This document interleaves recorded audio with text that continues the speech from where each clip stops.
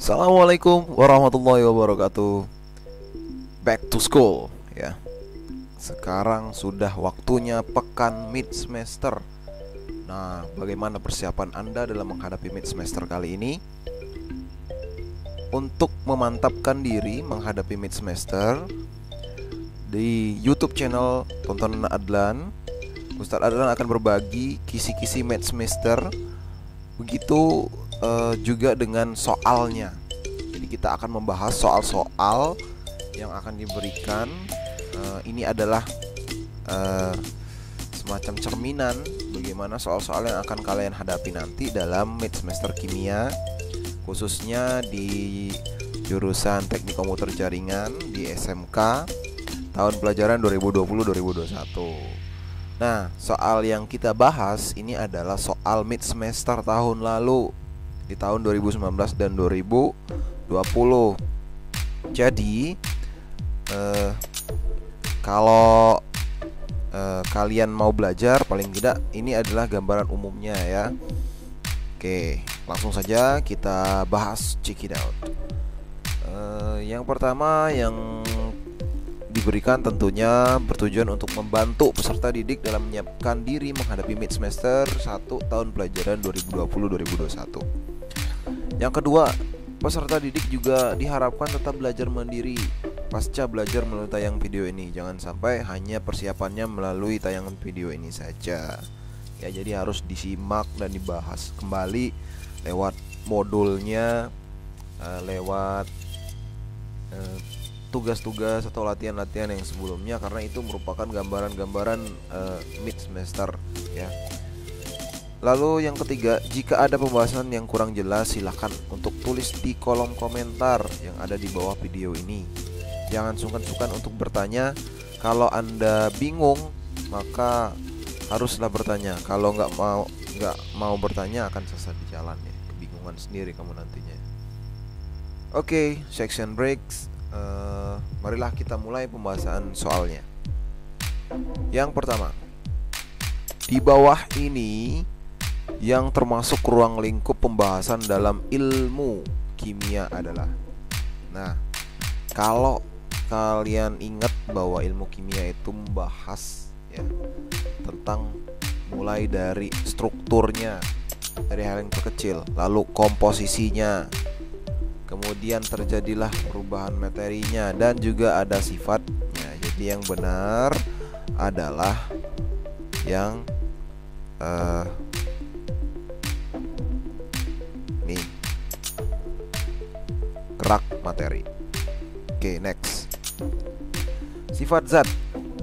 Sifat zat dibedakan atas sifat fisika dan sifat kimia. Contoh sifat kimia dari besi adalah. Oke, sifat kimia ini terjadi melalui proses reaksi kimia. Kalau kita lihat dari option-option yang ada, ini kan mempunyai massa jenis, nggak perlu ya ada reaksi kimia. Berwarna putih, nggak perlu juga ada reaksi kimia ya. Mudah berkarat, oh ini ada dua nih.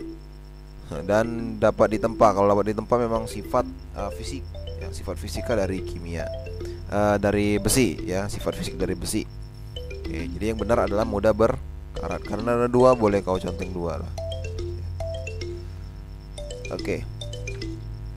Nomor 3. Beberapa contoh perubahan materi adalah sebagai berikut. Bensin menguap, bensin berkarat, membuat keju dari margarin, beras digiling menjadi tepung. Di antara perubahan tersebut yang menghasilkan zat baru adalah. Oke.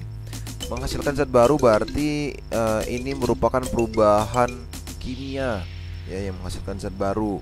Lihat perubahan apa yang terjadi melalui reaksi kimia ya. Nah, untuk yang bensin menguap itu merupakan perubahan fisika, karena memang tidak ada, walaupun tidak terjadi reaksi, tetap saja bensin akan menguap karena dia bersifat volatil ya. Nah, lalu besi berkarat, tadi udah tahu sifat kimia besi tadi mudah berkarat ya, otomatis ya ini juga termasuk perubahan kimia karena harus ada terjadi reaksi dulu ya. Membuat keju dari margarin, iya betul ya, harus ada proses terjadi reaksi kimia dulu baru terbentuk margarin. Kalau beras digiling itu perlakuan yang tidak melalui reaksi kimia ya. Jadi jawabannya adalah C, 2 dan 3. Oke, next. Suatu unsur mempunyai 2 kulit atom dan 7 elektron valensi. Nomor atom unsur tersebut adalah. Oke, kita belajar struktur atom dan di dalamnya kita bahas juga tentang konfigurasi elektron. Di sini disebutkan suatu unsur mempunyai 2 kulit. Oh, berarti ada di kulit K sama kulit L. Ya, contoh misalnya unsurnya adalah X. Ya, di kulit K, di kulit pertama itu maksimal terdiri dari 2 elektron yang mengisi. Ya, ada 2 elektron. Sementara disebutkan elektron valensi, elektron terakhir di kulit terakhir itu ada 7. Maka tinggal tambahkan saja nomor atomnya ya, karena elektron pada atom yang stabil itu jumlah nomor atom itu sama dengan proton, sama juga dengan elektron. Jadi 2 tambah 7 sama dengan 9. Jawabannya adalah C. Next. Oke, konfigurasi elektron dalam orbital untuk unsur 18Ar. Kita belajar tentang konfigurasi elektron. Kalau dia stabil seperti ini ya, nggak ada netral, nggak ada muatan, Anda cukup tadi ya, nomor atom sama dengan jumlah elektron. Jadi tinggal kamu tambahin aja ya, yang S maksimal di atasnya itu 2, yang P itu maksimal di atasnya itu 6. Kalau kita seleksi yang ini pasti salah, karena 7 ya di sini ya. Ini juga salah. Maksimal kan 6. Yang ini nanti kita cek. Yang ini pas, yang ini pas ya, tidak melewati batas. Oke. 18 ya, 2. Kita hitung yang angka yang di belakang variabel huruf ya. S ya. 2 4 6 ya, jumlahnya 10. 2 3 15. 2 tambah 2 4 tambah 6 10 tambah 2 12 tambah 6 18. Oke, yang ini. Kalau yang ini kurang ya, jumlahnya ada 16. Oke, next. Contoh peran ilmu kimia dalam berbagai bidang. Langsung kita ke sini soalnya biar dia gampang untuk diseleksi. Peran ilmu kimia di bidang pertanian. Kalian sudah pasti sering melihat pertanian kan, mendengar pertanian, atau bahkan sudah melakukan ya, bertani di halaman rumah ya kan, di ladang ya, kalau ada kebun atau ya, sawah gitu kan. Oke, kita seleksi.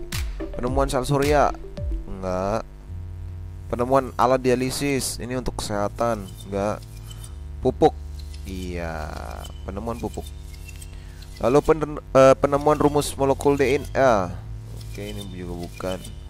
Penemuan jenis pestisida ya, pembasmi hama. Jawabannya adalah 3 dan 5.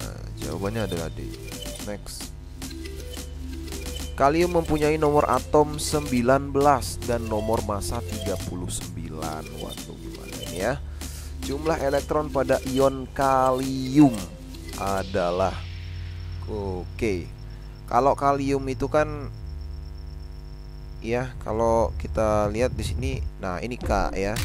K punya nomor atom 19. Oke. Dan nomor massanya adalah 39.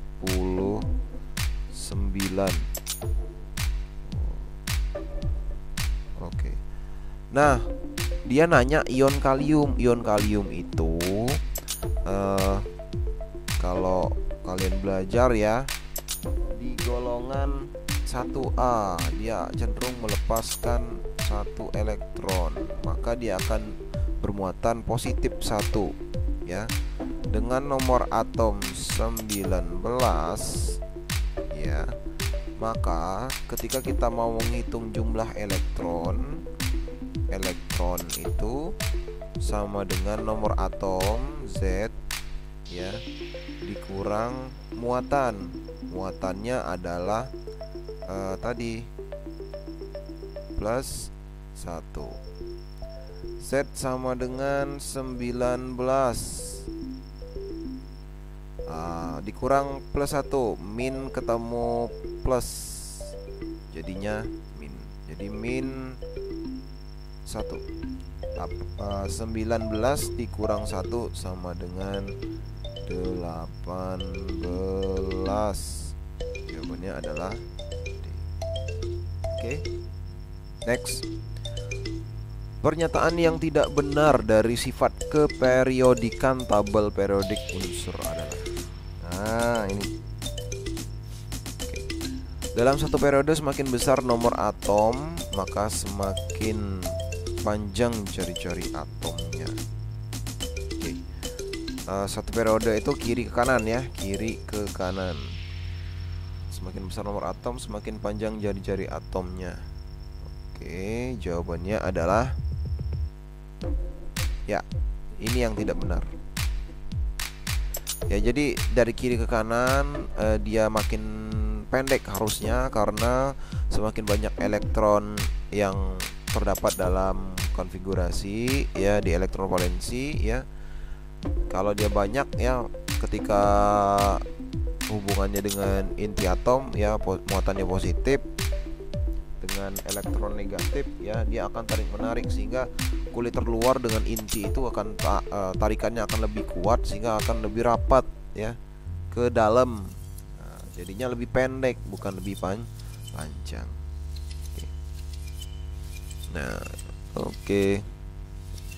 Next, kita lanjut ke pembahasan berikutnya. Kalsium adalah unsur yang penting untuk tubuh kita, untuk pertumbuhan dan pemeliharaan tulang dan gigi.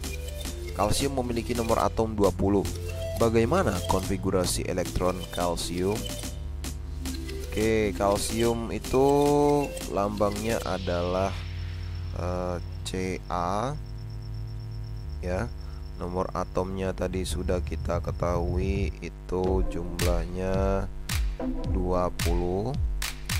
Maka kalau kita buat ya, mulai dari kulit ke K ya, maksimal itu menampung 2 elektron. Lalu kulit L 8, kulit M itu 18 ya. Namun karena jumlah nomor atomnya 20 ya, jadi sudah terpakai 10, sisa 10 lagi. Kalau daya tampungnya 18 masih bisa ya, tapi tidak bisa langsung 10 di sini. No, salah ya. Ini salah ya. Jadi sisa itu harus di antara 1 sampai 8. Jadi kalau di atas 8 maka harus kita uraikan kembali. Jadi 8 dulu. 8 lagi. Baru terakhir sisanya adalah 2. Jadi 2 8 8 2. Jawabannya adalah E. Next. Konfigurasi elektron yang tepat untuk ya, itu untuk ya, untuk Cu tembaga, nomor atomnya 29. Oke, 29 ini di antara kalau konfigurasi gas mulia itu ya, ini kan ada helium ya kan, nomor atomnya 2, neon nomor atomnya 10, argon itu 18, dan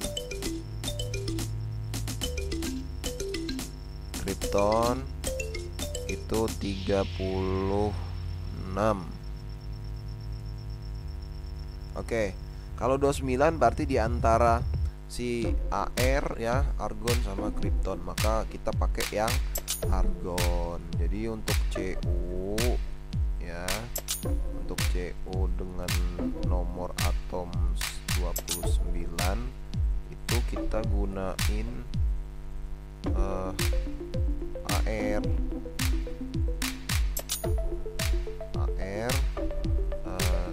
nomor atomnya Nilainya adalah 18. Jadi sisanya berapa? 29 dengan 18. Oh, sisanya 11. Ya, 11. Mulainya dari, ya, kalau dari helium itu 2s, neon 3s, AR 4s. Jadi 4s 2, ya. SDP D, ya, 3D. Nah, pengecualian kalau untuk D itu nggak boleh dia di D itu 9 karena tanggung, ya. Nah, maka yang benar itu yang A. Jadi 4S1 3D10. Ini sudah dipelajari di video pembelajaran sebelumnya, ya, bahwa ada kecenderungan untuk mengisi orbital, ya, dari 3D9 jadi 3D10 sih. Dari 4S2 tadi pindah 1 ke blok D-nya yang 3D, ya. Oke, next. Jawabannya A. Lanjut. Tembaga adalah suatu unsur kimia dalam tabel periodik yang memiliki lambang Cu dan nomor atom 29. Lambangnya berasal dari bahasa Latin cuprum. Manakah yang merupakan sifat fisika dari tembaga? Oke. Sifat fisika dari tembaga kalau kita lihat di sini, ya. Fisika, ya, yang namanya fisika itu adalah sifat yang bisa kita amati tanpa harus mengalami perubahan. Merupakan logam transisi, ya betul, tapi ini bukan merupakan sifatnya. Oke. Salah. Berubah menjadi zat berwarna kehijauan jika dicampur dengan klorin. Nah, ini mengalami reaksi kimia, ya. Jadi ini merupakan sifat kimia harusnya, ya. Salah juga. Meleleh pada suhu. Kalau titik leleh, ya, ini merupakan sifat fisika. Jadi jawabannya C. Sementara untuk yang D ini melibatkan reaksi kimia, juga ini sama juga melibatkan reaksi, ya. Reaksi kimia. Jadi jawabannya adalah C. Next. Asam asetat, asam etanoat, atau asam cuka, ini yang sering kita gunain, adalah salah satu senyawa organik yang berada dalam golongan asam karboksilat. Asam cuka memiliki rumus empiris C2H4O2. Rumus ini sering ditulis dalam bentuk CH3COOH, CH3COO. Ini ada yang strip, ada yang enggak langsung, ya. Biasanya yang digunain ini nih. Atau CH3CO2H, ini penulisan biar dia singkat, ya. 2 itu, ya.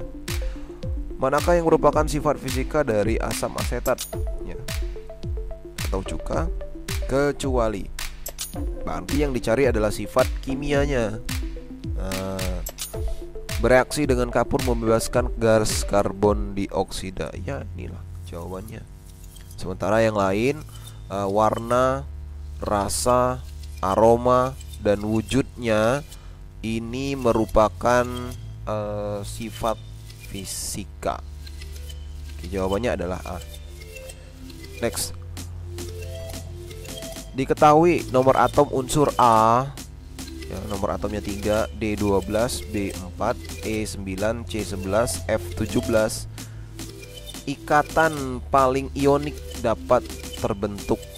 Nah, antara yang jelas yang paling ionik itu adalah yang punya unsur elektronegatif, ya, dan yang memiliki sifat logam, ya. Kalau kita belajar ikatan, ya, ikatan ionik, yang paling ionik adalah yang punya sifat seperti itu.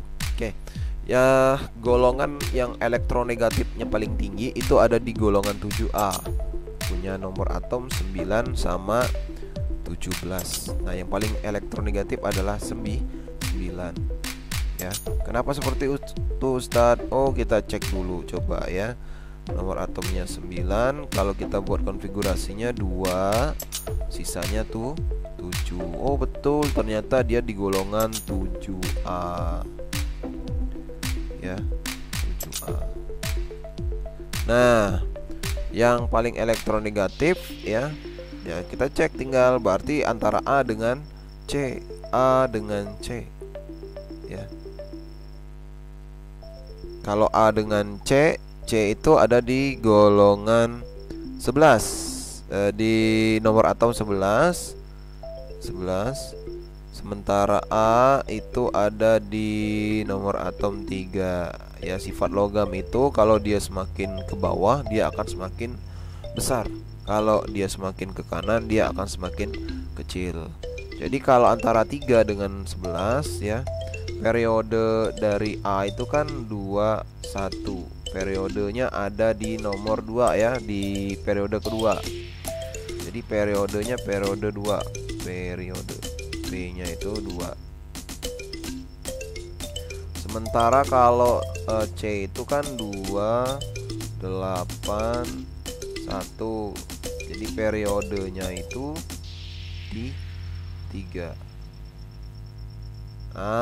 Jadi dia lebih besar yang C ya, berada di bawah ya. Kalau Anda lihat tabel periodik, yang nomor atomnya 11 itu ada di bawah dari nomor atomnya 3. Jadi jawabannya antara E dan C ya. Jawabannya adalah D. Oke, next. Kelompok senyawa yang semuanya berikatan ion. Kalau dia berikatan ion, tentunya yang terlibat adalah unsur logam dan non-logam ya. Kita cek NH3. N ini non-logam, H ini non-logam ya, berarti dia bukan berikatan ion tapi berikatan kovalen. Jawabannya salah ini. KCl, NaI dan MgBr2. K logam, Cl non-logam, Na logam, natrium logam, I iodin non-logam, Mg logam, dan Br2 non-logam. Jawabannya nih ya. Jadi kalau ingat aja, kalau dia ada hidrogen pasti tentunya dia non-logam ya. Walaupun dia golongan 1A tapi hidrogen berbentuk gas ya. Ya non-logam. Contohnya salah ya. Kalau ada C juga karbon, dia non-logam ya. H non-logam ini ya. Nah ini juga sama ya, Cl itu non-logam. Next. Susunan elektron valensi gas mulia di bawah ini yang tidak oktet. Kita tahu bahwa tadi ada gas mulia itu ada helium ya, nomor atom 2, ada neon, nomor atomnya 10, ada argon, nomor atomnya 18, ada kripton 36, xenon 54 ya, dan radon 86. Nah, di antara unsur-unsur ini ya, hanya helium yang punya elektron valensi 2. Jadi kalau dituliskan elektron valensinya itu 2 seperti ini. Sementara yang lain ujungnya 8 semua. Ini 8, ini 8, nanti ujungnya ini 8, ini juga 8, ini radon juga 8. Jadi hanya helium yang punya susunan duplet ya, atau 2. Jadi jawabannya adalah E. Oke. Itu saja kisi-kisi dari mid semester ganjil tahun 2020-2021 untuk pelajaran kimia.